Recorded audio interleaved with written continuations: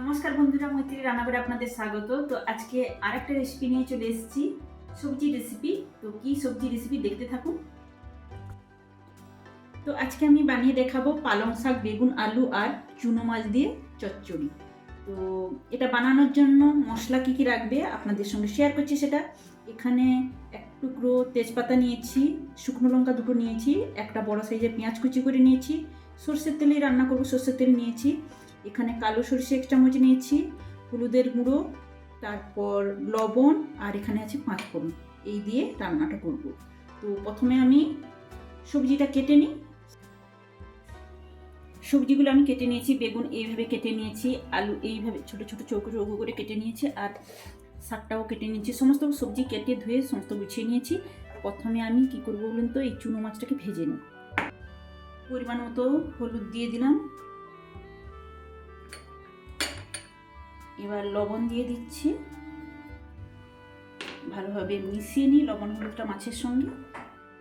জায়গাটা একটু ছোট্ট হয়ে গেছে, যাই হোক আমি মিশিয়ে নিই। দেখানোর জন্য আমি ছোট পাত্রে নিয়েছি। মাছে তো লবণ হলুদ মাখানো হয়ে গেছে। এখন কড়াই ওভেনে বসিয়ে দিয়েছি, কড়াই গরম হয়ে গেছে। কড়াইতে আমি পরিমাণ মতো সর্ষের তেল দিয়ে দেব মাছটা ভাজার জন্য। তেল গরম হয়েছে, তেলটাকে এইভাবে চারদিকে আমি ছড়িয়ে নেব খুন্তি দিয়ে।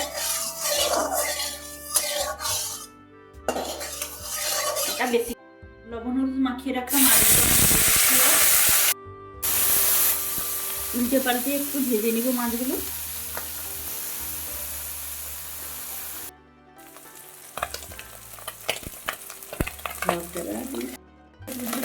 এক পিঠ ভাজা হয়ে গেছে, মাছটা এইভাবে উল্টে নেবো। এই যে দেখুন,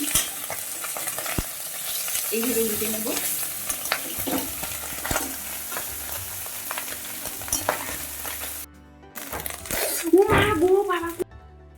মাছগুলো একটু লাল লাল করে ভেজে নিয়েছি, এবার তুলে নেবো মাছগুলো।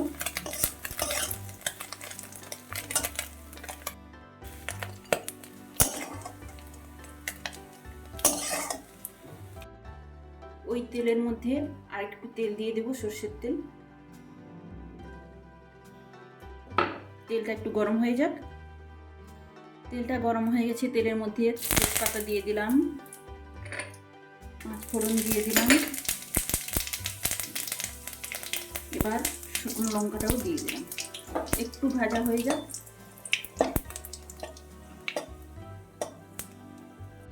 এবার ভাজা ফোড়নের মধ্যে আমি পেঁয়াজ কুচিটা দিয়ে দিচ্ছি। পেঁয়াজ কুচিটা একটু হাফ হাফ ভেজে নেব, নাড়িয়ে চাড়িয়ে কিছুক্ষণ। পেঁয়াজটা তো ভাজা হয়ে গেছে, এবার কুচি করে রাখা আলুগুলো যেভাবে কেটেছি তো দেখিয়েছি, ডুমো ডুমো করে ছোট্ট করে কেটেছি। তো এগুলো এবার দিয়ে দিচ্ছি, একটু নাড়িয়ে চাড়িয়ে নেব আলুগুলো। তারপর কেটে রাখা বেগুনগুলো এই সময় দিয়ে দেবো আমি। এই যে দেখুন, বেগুনগুলো আমি দিয়ে দিচ্ছি। এবার বেগুনগুলো একটু নাড়িয়ে চাড়িয়ে নিব। এবার পরিমাণ মতো লবণ দিয়ে দেব, তারপর হলুদও দিয়ে দেব। লবণ হলুদ দিয়ে তারপর একটু নাড়িয়ে চাড়িয়ে নেব। হলুদটা এবার দিয়ে দিচ্ছি। তো এবার একটু নাড়িয়ে চাড়িয়ে 2 মিনিট মতো আমি চাপা দিয়ে দেব।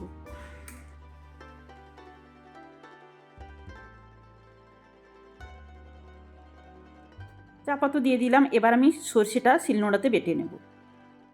সর্ষে আমি বেটে নিয়েছি, আর এদিকে 2 মিনিট হয়ে গেছে ততক্ষণে। এবার চাপাটা তুলে আমি একটু নাড়িয়ে চাড়িয়ে নিচ্ছি। এই সময় আমি কেটে রাখা শাকগুলোও দিয়ে দেব। এবার শাকগুলো দিয়ে তারপর একটু নাড়িয়ে চাড়িয়ে নেব। তো কিছুক্ষণ নাড়িয়ে চাড়িয়ে আমি শাকটাকে একটু মজিয়ে নেব। শাকটা কোনো চাপা দিতে হবে না, এমনিতেই নাড়াতে চাড়তে শাকটা মজে যাবে। এভাবেই নাড়তে নাড়তে শাকটা মজে যাবে। দেখুন কীভাবে জলও বেরিয়ে গেছে। এবার আমি বেটে রাখা সর্ষেটা এর মধ্যে দিয়ে দেব। এই যে দেখুন, 1 চামচ সর্ষে বেটে নিয়েছি, ওটা আমি সবজির মধ্যে দিয়ে দিচ্ছি। দিয়ে একটু নাড়িয়ে চাড়িয়ে নেব সর্ষে বাটাটা দিয়ে।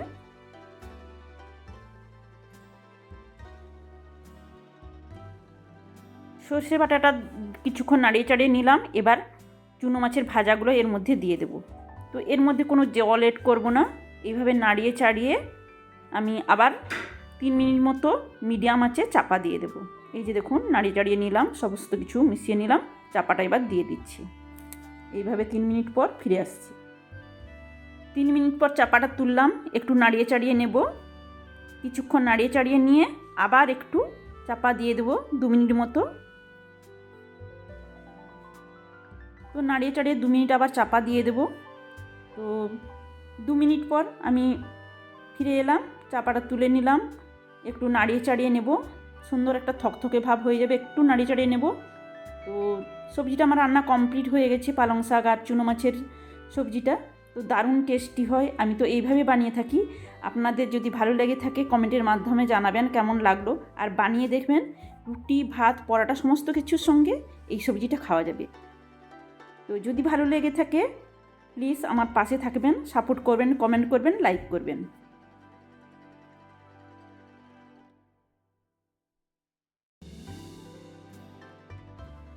তো এবার আমি সার্ভ করে নিচ্ছি। এই যে দেখুন দারুণ একটা টেস্টি রেসিপি সবজির।